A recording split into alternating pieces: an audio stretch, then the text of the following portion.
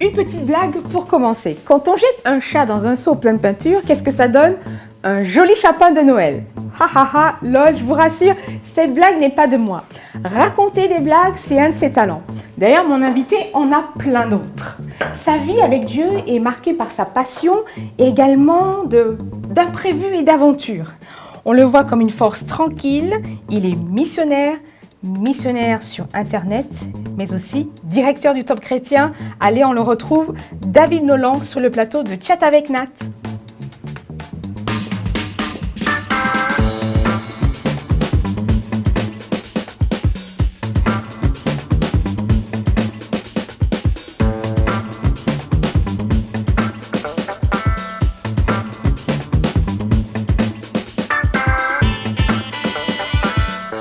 Alors, nous voilà maintenant sur le plateau de Chat avec Nat. Il est avec nous, c'est David Nolan. Bonjour David. Salut Nat. Merci d'être avec nous. Ça fait pas trop bizarre, c'est ton tour d'être sur le fauteuil jaune? C'est bizarre parce que je viens souvent ici pour voir les autres être filmés et là c'est mon tour, donc ça fait bizarre. Excellent, alors accroche-toi. Moi je sais pas ce qui va se passer, hein. Peut-être des blagues vont sortir, mais c'est pas grave, on est entre nous. Alors je vous retrouve dans quelques minutes pour la séquence portrait avec David. À tout de suite. Pour la séquence portrait, David, il y a une boîte à côté de toi. Je te laisse la prendre. D'accord. Tu vas la prendre, cette petite boîte. Il y a des objets. Alors, il y a une enveloppe marron. Ne la prends pas tout de suite. Mais voilà, je te laisse sortir les objets. Ah ouais. Je commence par celui-là? Oui. Bah, je pense que c'est par rapport au parcours alpha. Oui, le parcours alpha. Ouais, donc c'est vraiment, c'était très marquant pour moi. C'était il y a 21 ans. Je vivais en Angleterre et je ne connaissais pas Jésus. Bon, j'avais une croix en fait à côté de mon mur quand j'étais petit et je priais toujours le Notre Père en regardant la croix, mais j'avais aucune idée pourquoi Jésus était sur la croix. Donc il y a 21 ans, 22 ans, j'étais en Angleterre et quelqu'un que je ne connaissais pas m'a invité à un parcours alpha. J'y suis allé et là ma vie a vraiment changé. On a expliqué en fait pourquoi Jésus était sur la croix et quand j'ai compris qu'il était sur la croix pour mes péchés, waouh! Ça a changé ma vie, j'ai découvert Jésus. Ça a été le commencement pour toi. Ouais, il y a un autre objet encore? Je laisse prendre.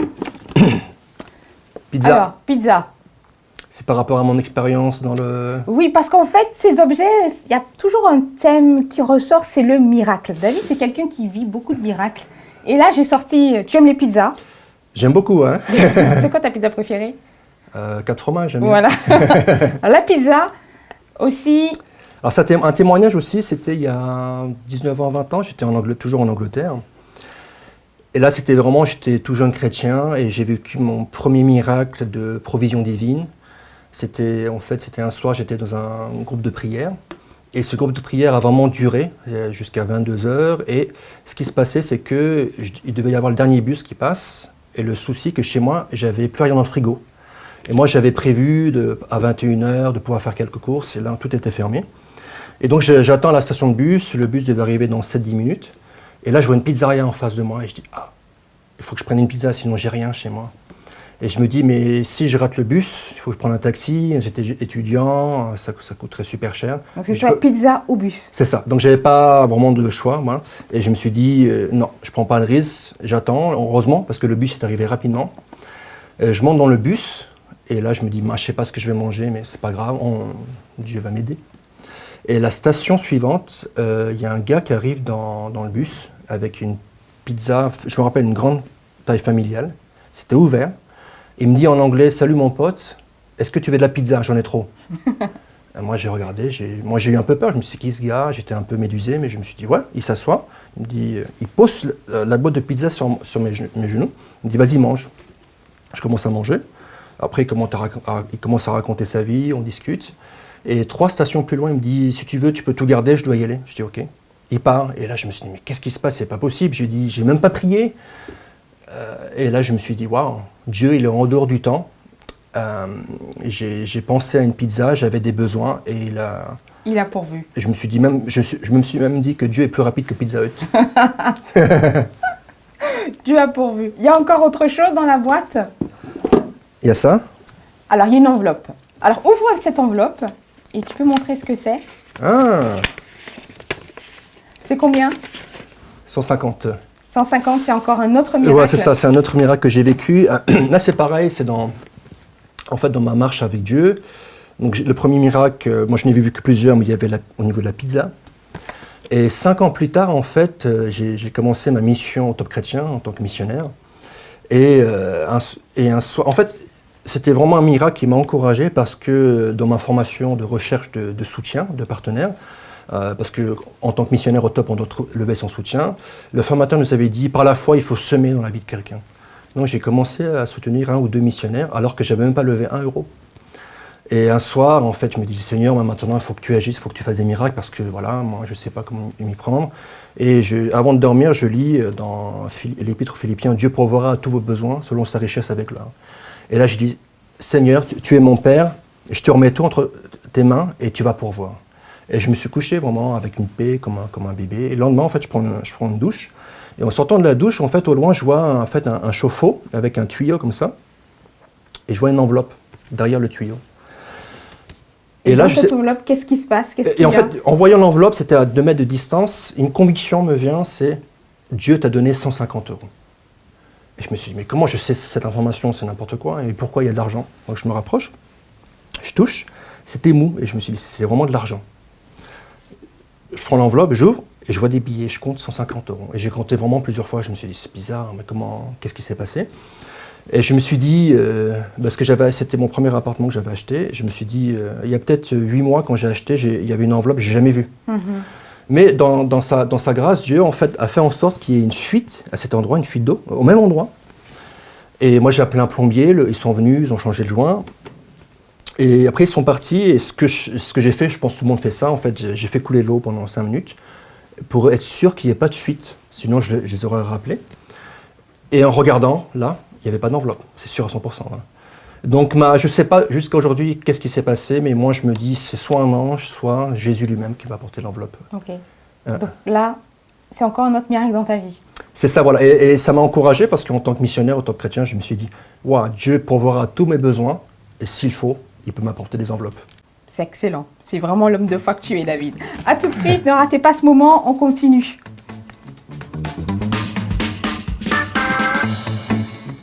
Nous revoici pour le regard croisé avec David. David, je te présente tout de suite une petite vidéo avec 2 regards croisés. Tu écoutes. Allez. Tu appuies et on y va. Vas-y, tu peux cliquer. Philippe. Salut David.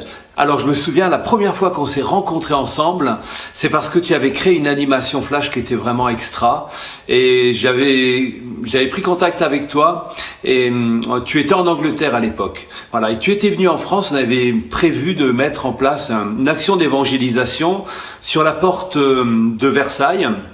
À propos du spectacle des 10 commandements, on s'était retrouvés là, on s'était vu pour la première fois, et c'était le départ vraiment de grandes aventures. Voilà. Alors, je voudrais juste poser cette question. Tu étais venu à mon mariage. On sait que le mariage change la vie de ceux qui se marient. Mais je pense que tu seras peut-être d'accord avec moi, le mariage peut changer la vie aussi de ceux qui participent, qui sont invités au mariage. Voilà, alors je te souhaite tout le meilleur, que Dieu te bénisse. Et puis à très bientôt pour de nouvelles aventures, Dieu voulant. Salut. Salut David, alors pour moi tu es quelqu'un d'exceptionnel. Tu as été un déclencheur d'espoir, tu as été quelqu'un qui m'a fait confiance et qui m'a permis d'aller de l'avant avec toi dans le royaume de Dieu. On a appris à se connaître avec les années et maintenant je dirais que tu es quelqu'un de vraiment précieux. Tu es un frère, tu es un partenaire, tu es un ami. Et ce que je dirais chez toi, la grande qualité, c'est que tu es la force tranquille. Tu aimes écouter, tu aimes entendre, tu as une grande vision de Dieu et tu aimes bénir les autres. Merci d'exister, David. Je t'aime. Ah, c'est la première fois qu'il me dit je t'aime. Mais c'est sympa de dire je t'aime. C'est gentil. Vincent, c'est un de tes collaborateurs et on a vu Philippe Calabria, que tu as rencontré justement à son mariage. Il te pose cette question. Est-ce que le mariage a changé pas seulement ta vie, mais des gens autour de toi? Moi, je pense à une personne en particulier. On va découvrir plus tard. C'est ton papa, non? Ah, mon papa, ouais. Parce que ton papa, il t'avait dit, si David se marie, alors là, oui. je suis Dieu. Et ça, c'est un exemple de comment ta vie avec Dieu, la façon dont tu as placé ta confiance en Dieu a touché d'autres personnes aussi. Moi, c'est ça. Oui, c'est vrai que Jésus a fait son premier miracle dans un mariage. Et moi, j'ai vécu plusieurs miracles dans plusieurs mariages. Le premier miracle, c'était dans le mariage de Philippe.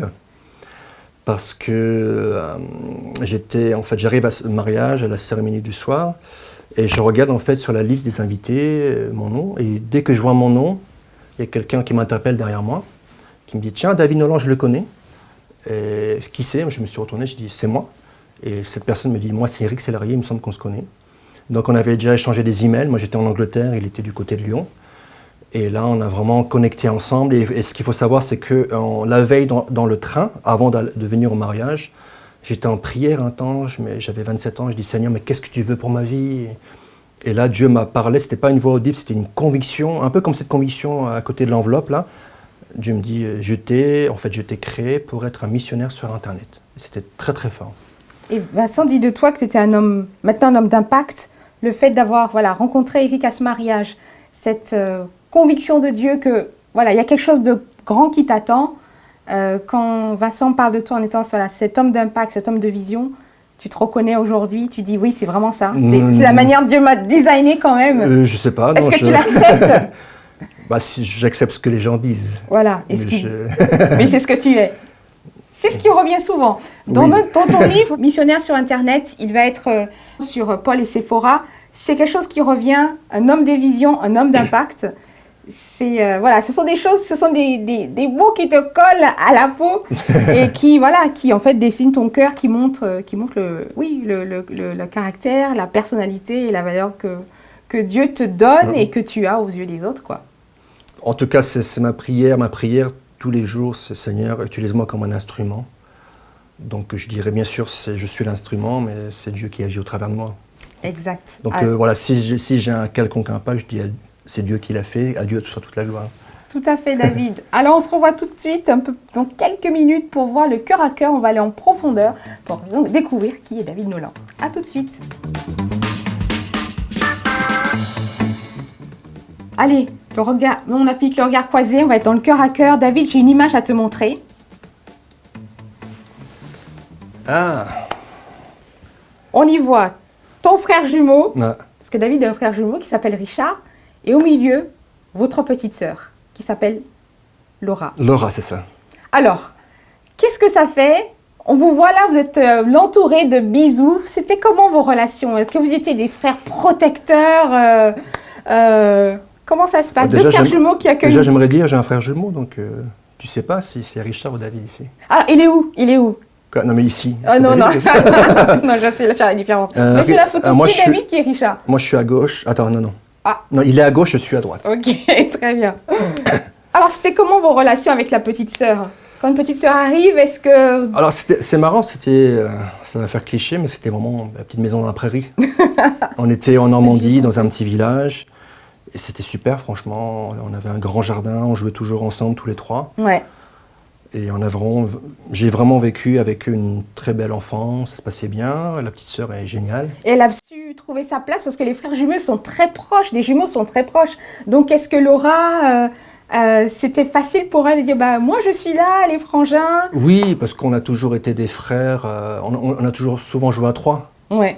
Donc on n'a jamais vraiment, on l'a toujours inclus, ça s'est bien passé. Et comme on a 5 ans d'écart, on était comme des grands frères gâteaux, on s'amusait beaucoup avec elle. Donc ça s'est bien passé, franchement. Ouais. Ça s'est bien passé. Hein. Et vous jouez à tout avec elle, vous l'entraîniez dans vos aventures ou, C'est ça, ouais.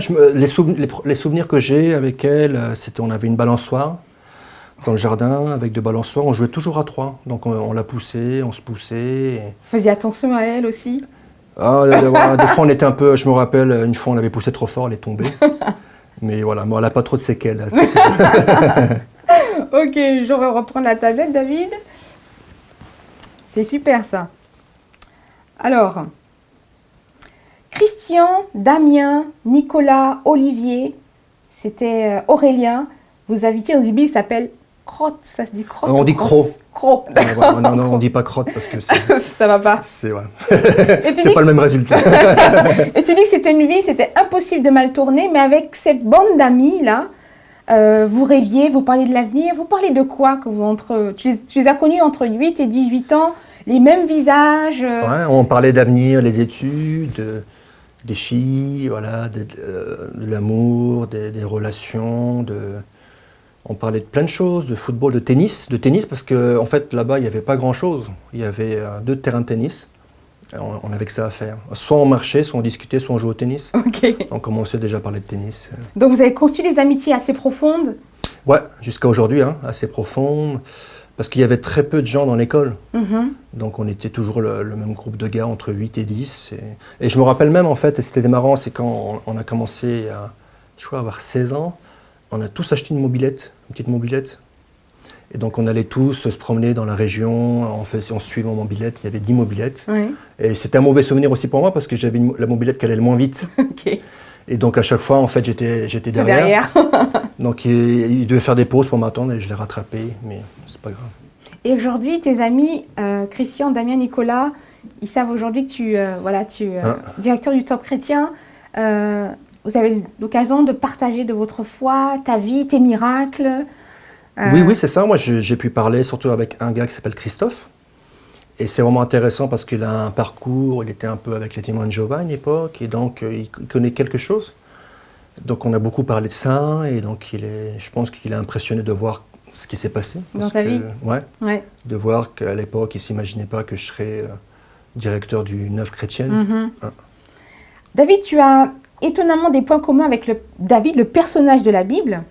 Tu es aussi compositeur. Tu as fait partie d'un groupe qui s'appelle Carpe Diem. Ouais. Tu es à la guitare électrique, et tu as composé un chant. Et voici ce que tu dis dans le chant. Aujourd'hui, je veux cultiver une terre, faire fleurir une vie trop longtemps en jachère, dépasser les limites, repousser les frontières en attendant des jours un peu moins solitaires. Est-ce que le sentiment de solitude, c'est quelque chose qui te pesait à l'époque? Et en quoi le fait d'avoir dépassé tes limites, repoussé tes frontières, a forgé le caractère que tu es aujourd'hui? Oui, alors je dirais, déjà, côté solitaire, c'est sûr que c'était pas juste sentimental, c'était vraiment, quand j'ai écrit ce chant, je connaissais pas le Seigneur. Je ne savais pas qui c'était, Dieu, etc. Et donc je pensais que je pouvais trouver en fait l'amour ou cette personne idéale dans une personne. Et je me suis rendu compte dans ce parcours alpha en fait que c'était dans Dieu. Voilà. Et quand j'ai fait cette rencontre personne avec Dieu, j'étais plus du tout solitaire en fait. Ça a vraiment changé du tout au tout. C'est vrai parce que je veux cultiver une terre. Donc déjà dans ton esprit, tu avais déjà cette idée de chant à aller dans lequel semer, dans lequel apporter. Et aujourd'hui, ce chant il est presque prophétique en quelque sorte, sans le réaliser. Aujourd'hui, c'est ce que tu vis. C'est vrai que j'ai pas pensé à ça. C'est vrai qu'aujourd'hui, c'est un chant missionnaire. Mais j'avais pensé, c'est vrai que j'ai écrit ce chant il y a 22 ans. Mais ce chant était très prophétique parce que ça parlait de semer dans une terre trop longtemps mise en jachère. Après aussi dépasser mes limites, les frontières. Et j'étais encore en France quand j'écris ce chant. Et quelles sont les limites, les frontières que tu as dû apprendre à repousser, avant ou maintenant? Quand tu parles de ces frontières, pour quelqu'un qui nous écoute, peut-être la façon dont tu as su dépasser ces limites va peut-être inspirer quelqu'un ou dire oui, moi, j'ai les mêmes souvent en fait dans nos vies, on a des limites, qu'on s'est forgé soi-même. Alors, souvent on dit il ne faut pas mettre Dieu dans une boîte. Ouais. Et ça c'est vraiment un danger en fait. C'est un danger parce que si on reste dans notre boîte alors que Dieu veut qu'on sorte, on ne va pas en fait accomplir notre destinée. Et souvent en fait il faut permettre à Dieu en fait de nous aider à détruire ces murs. Et une image en fait que j'aime beaucoup, j'avais lu une fois un livre qui voulait dire, le titre était « Si tu veux marcher sur l'eau, il te faut sortir de ta barque ». Et il faut faire un pas de foi, il faut sortir de la barque, poser un pas et là on va marcher sur l'eau. Et donc c'est ce que j'avais fait quand j'ai écrit ce chant. Et assez marrant, je n'étais pas chrétien. J'ai écrit ce chant et là je me dis tiens, waouh, il y a un truc qui se passe, il faut que je dépasse les frontières. Et j'ai été voir mon professeur et je lui dis voilà, il y a toujours des places pour partir en tant qu'étudiant étranger. Il m'a dit oui, et je pars en Angleterre. Et j'ai fait ça et c'est là-bas que j'ai rencontré le Seigneur. Et si je n'avais pas fait ce pas de foi, si je n'avais pas franchi cette frontière, je n'aurais pas vécu le miraculeux. Et je pense que jour après jour, et j'encourage tout le monde, c'est de ne pas limiter Dieu et de faire des pas de foi. Et un pas après l'autre, et Dieu nous laisse souvent en fait de la lumière juste pour un pas. Mais comme a dit Martin Luther King, la foi c'est entrer dans un escalier sans voir la fin de l'escalier. On fait un pas après l'autre et Dieu nous donne suffisamment de lumière pour le prochain pas. Et heureusement, parce que sinon on flipperait, s'il nous montrait la fin, on dirait, j'y vais pas. Et si on voyait la fin tout de suite, eh ben on dirait c'est facile et on prendrait la gloire à Dieu. On lui déroberait la gloire, alors que Dieu veut prendre toute la gloire. Voilà. Donc un pas après l'autre, je dirais. Alors, tu as parlé tout à l'heure d'Éric, tu l'as rencontré à un mariage, il t'a serré la main et bien entendu, il était loin d'imaginer qu'il était en train de serrer la main d'un futur directeur d'une œuvre qui était sur le point de fonder, qui est le Top Chrétien. Et tu dis que la vie avec Dieu, c'est comme une école. Et à l'école, on apprend deux choses. On apprend à apprendre et on apprend à gérer le stress. Et aujourd'hui, tu as la tête du Top Chrétien. C'est une aventure pour toi, une aventure avec Dieu. Qu'est-ce que tu apprends et comment le gères-tu ? Qu'est-ce que tu pourrais peut-être dire à quelqu'un qui, justement, se retrouve dans un nouveau champ à cultiver et qui est en train d'apprendre ? Voilà, ton expérience. Moi, je dirais, bon, on apprend tous les jours. Moi, quand je prie tous les jours, je dis, Seigneur, que ta volonté soit faite en moi. Et je dis, Saint-Esprit, je sais que tu vas encore plus me transformer à l'image de Jésus. Je te laisse libre de le faire. Et souvent, il arrive des tuiles ou des problèmes. Et souvent, on va se dire, ah, mais pourquoi ? Alors, on peut se lamenter ou alors on peut se dire, Seigneur, qu'est-ce que tu vas apprendre ?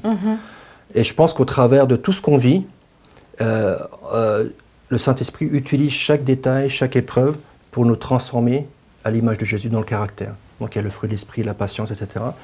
Donc, ce que je dirais, c'est qu'on apprend toujours. Et quand vous arrivez à un problème, quand vous êtes dans une nouvelle mission, un nouveau travail, vous faites des études, vous souffrez, même jusqu'aux larmes, parce que moi j'ai beaucoup souffert dans ma vie, et ben je me dis non Seigneur, pas pourquoi, mais qu'est-ce que tu m'apprends, qu'est-ce que tu veux m'apprendre. Et je pense jusqu'à aujourd'hui, j'ai vécu beaucoup d'événements de stress dans ma vie, mais je pense que ça m'a préparé jusqu'à aujourd'hui. Ouais. Et je continue à apprendre. Et si tu veux dire un mot par rapport à ça, qu'est-ce que tu apprends là, si tu le pourrais résumer en un mot? On apprend beaucoup de choses, mais s'il y a un mot qui vient à ton esprit là maintenant dans l'apprentissage à l'école de Dieu, ce serait quoi? La leçon, une leçon, moi je dirais la confiance en Dieu. La confiance en Dieu. Dieu veut vraiment qu'on apprenne à lui faire confiance de plus en plus, jour après jour. Merci David, on se retrouve pour la séquence objet.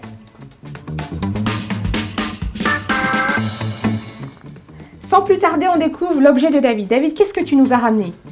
Ah, j'ai ramené un objet qui me tient à cœur. Bon, c'est pas que ça me tienne à cœur, mais c'est que j'aime bien. Il t'accompagne souvent cet objet? C'est ça, c'est une raquette de tennis. Pourquoi une raquette de tennis? Alors, je suis un passionné de tennis, comme je disais tout à l'heure, quand on était dans Accro, on n'avait que le tennis, donc j'ai appris le tennis là-bas. Et je joue 1 à 2 fois au tennis par semaine, ça me permet de me décontracter. Et pour moi, ça représente un peu aussi la vie chrétienne. Parce que c'est un instrument. Et au travers de ça, j'apprends beaucoup de choses. Et c'est pas par hasard, en fait, qu'on appelle un service de tennis. Parce que moi, je compare toujours ça au service avec Dieu. D'accord, ok. Ouais. Et dans le tennis, ce que j'aime bien, en fait, il y a une combinaison de pas mal de choses. Il y a la persévérance, il y a la tactique, il y a la défense, il y a l'attaque. Il faut monter au filet, c'est beaucoup de mental et beaucoup de pression. Et ça m'est arrivé des fois de gagner des matchs, je perds 5-0. Et je me dis non, c'est pas fini, rien n'est impossible, je suis peut-être au bord de la mer Rouge, mais Dieu peut ouvrir. Et je dis je vais y arriver, et je remonte et je gagne 7-5. Et là tu tapes dans la balle à fond. C'est ça, voilà. Et donc il y a vraiment, j'apprends beaucoup de choses. Donc c'est non seulement bien en fait pour mon corps, parce que ça détend, faire du sport, mais aussi pour mon caractère. J'apprends beaucoup au travers du tennis, et voilà, et jour après jour. Et aussi il y a aussi le phénomène, et je joue beaucoup avec des gens de l'équipe. Donc j'ai un petit salut à Michael Foucault, qui est super bon, c'est mon prof, hein, il est super bon. Mais bon, l'élève a dépassé le prof quand même. Je préfère que tu le dises. Désolé Michael, mais désolé. C'est ça. Et voilà, et c'est surtout au niveau de la persévérance, de la progression. Et je joue avec Michael, il progresse aussi. Moi, je vais jouer jusqu'à 100 ans et progresser. Et pour moi, c'est une image de la vie chrétienne. Il ne faut jamais rester dans le statu quo, il faut progresser jour après jour. Jusqu'à 100 ans, tu vas pouvoir aller... 100 ans, oui. Quand je vois Moïse, qui est jusqu'à 80 ans, il était en formation, et c'est seulement à 80 ans qu'elle a été utilisée. Pour ça, j'aimerais dire même à ceux qui sont âgés, de se dire que ce n'est pas fini, ils peuvent servir Dieu à 90 ans. Bien sûr. Et quel est le joueur de tennis qui t'inspire le plus, celui que tu préfères? C'est Roger. Roger Federer. Alors, il est une inspiration pour beaucoup de gens, parce que ce que j'aime bien chez lui, c'est quand il a démarré, il avait un sale caractère, il cassait toujours ses raquettes. Et tu as déjà cassé des raquettes ou toi? Non. J'étais jeune, ouais. Ouais, Mais ça, c'était avant. J'étais pas chrétien, donc. Ouais, et donc, ce gars-là, en fait, il a jusqu'à 21 ans, et les gens disaient c'est un talent gâché. Et un jour, en fait, son coach est décédé, il a eu un accident de voiture, et là, il a pris conscience, waouh, ma vie, je veux pas la gâcher. Ouais. Et depuis là, j'ai plus jamais énervé, et il a commencé à gagner des grands chelems, 20 aujourd'hui. Et je me suis dit, ouais, c'est un exemple, parce que moi, dans ma vie chrétienne aussi, je veux vraiment, j'ai des talents, et je ne vais pas les gâcher, et je vais vraiment tout donner pour gagner des grands chelems pour Dieu. Pas au tennis, mais... Mais aussi pour Dieu. Ouais. Alors David vous attend sur le terrain de tennis. C'est ça. Merci et puis à tout de suite pour la prochaine séquence. Merci David. Merci. Alors David, notre moment de tac au tac, c'est maintenant. Tu es prêt? Ouais. C'est parti. À quoi penses-tu le soir en te couchant? Dieu, L'endroit où tu te sens le mieux? dans ma chambre. S'il fallait que tu manges quelque chose pendant 1 mois, ce serait quoi? Des sushis. Ta destination idéale pour partir en vacances? Au bord de la mer. S'il te restait une journée à vivre, tu ferais quoi? Je courrais dans les rues pour parler de Jésus, et je ferai plein de vidéos sur YouTube pour en parler. Nomme un personnage de film ou de série qui te décrit parfaitement. James Bond. Quelle est ta plus grande qualité selon toi? Euh, On en a dit la beaucoup. bienveillance. Une grosse folie que tu as faite dans ta vie?